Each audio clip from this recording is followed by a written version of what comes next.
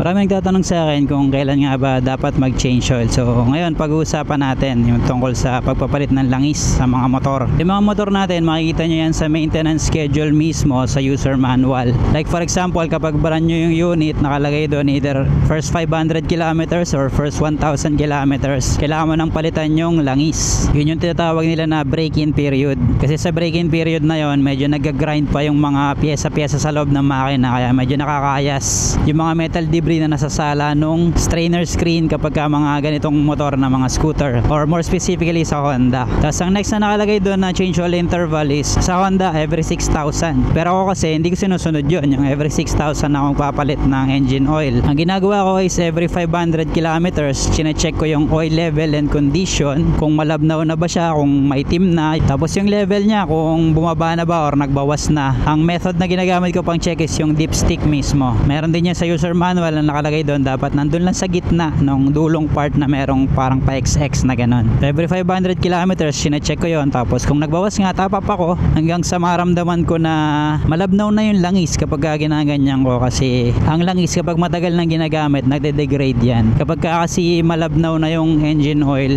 or degraded na siya, hindi na niya mapoprotektahan ng maayos yung mga parts ng engine natin na pwedeng mag-cause ng premature na pagkasira ng engine. Tapos pag hindi mo chine-check yung oil level, pwedeng matuyuan ka ng langis, yun sigurado change oil. Usually yung mga langis na ginagamit ko, napapaabot ko ng either 2,000 kilometers or minsan 3,000 kilometers pag sinasagad ko, kasi okay pa naman talaga yung condition niya. Yung compatibility naman ng langis na dapat gamitin, makikita nyo rin yun sa user manual. Meron doon mga classification. Sa mga scooters is MB, sa mga wet clutch naman is MA. So ang gagamitin nyo yung MB or scooter oil talaga. Yung viscosity niya is makikita nyo rin doon. Kay BeatClick tsaka kay ADB is 10W30 yung viscosity na recommended ni Honda, pero pwede mo namang ibahin. Usually ginagamit ko 5W40 or 10W40 na langis. Yung mababang digit, yun yung winter value niya. So kapag malamig ang makina, ganun siya kalabnaw. Kapag naman sobrang init na ng makina, matagal na yung biyahe, yung higher value is yung 40.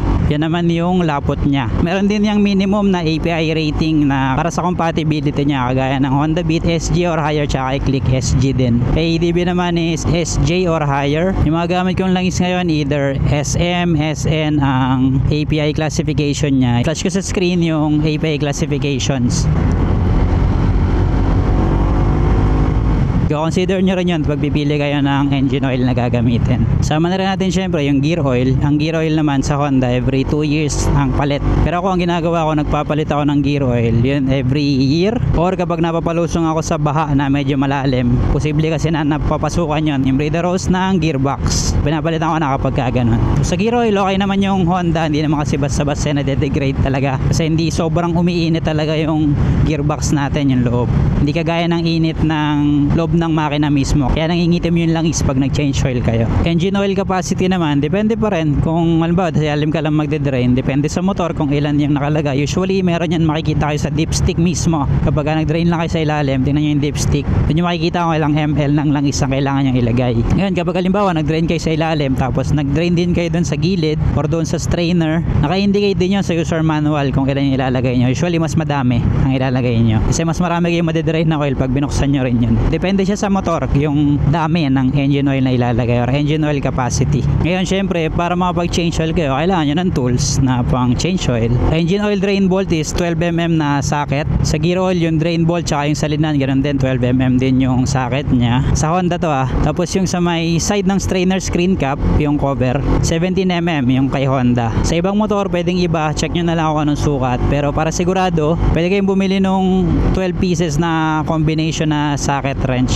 Ganun yung ginagamit ko Flyman yung brand. Okay naman siya ngayon, gamit na gamit ko lahat, hindi lang sa pag-change oils. Kumbaga sa lahat ng parte ng motor na mini-maintenance ko, nagagamit ko talaga siya. Tapos meron din akong 1/2 tsaka 1/4 na torque wrench. Yung 1/4 ko na torque wrench, meron akong adapter para magagamit ko yung mga 1/2 socket ko. Ayun yung pinang-iikpit ko, kasi sinusunod ko yung standard na torque na sinet ng manufacturer mismo ni Honda. Sa mga shop manual, doon yun na makikita yung mga torque specs ng motor, kung ganong kahigpit ba, ilang newton meters. Pero Pero sa mga kasa lang meron nun.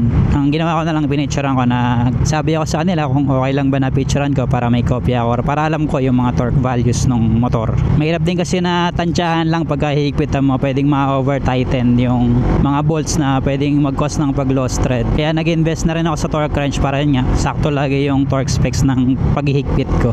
Ito pa lang kay ADV, kinabitan ko to ng magnetic na engine oil drain bolt tsaka strainer screen cap. Effective siya, nakukuha niya yung mga very fine na metal debris na sa katagalan na paggamit mo sa motor is hindi nasasala siya ng strainer screen, lumulusot lang siya doon. So dahil may magnet siya or magnetic siya, dumidikit siya doon. Naalis mo yung mga maliliit na metal debris na yon sa loob ng makina, which is okay din kasi lalo kung matagal mo na ginagamit yung motor mo or mataas na yung mileage niya. Spirit Beast yung brand na gamit ko na magnetic engine oil drain bolt tsaka screen cap. Yung process naman ng pag-change oil sa Honda Beat, ADV, Honda Click, meron akong vlog niyan, pwede nyo i-check. Lagyan na din yung link sa comment section or description.